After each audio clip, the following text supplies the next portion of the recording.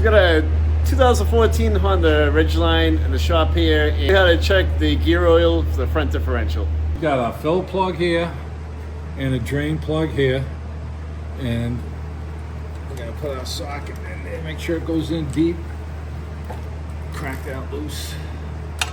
And this has gear oil, and it's not transmission fluid.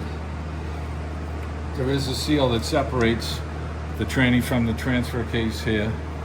So we're going to get this off, and we're going to stick our finger in and look and get a fluid sample. And you would fill this with a suction gun. Now I've got fluid filled right up to the top, just below the hole. It's nice and clean. It's got a nice yellow look to it. So no burnt smell to it. So we're good with this. We're going to leave it alone. Put the plug back in and we'll tighten it up. So if we were going to drain it, we would drain the plug here, pull this and drain the fluid out, put the plug back in, and then put the suction gun to fill this up. And this doesn't look like it's going to take not even a quart of fluid. It is not going to take a lot of fluid just to fill this little sump up, maybe a quart. But the fluid's nice and clean, so we're going to leave it.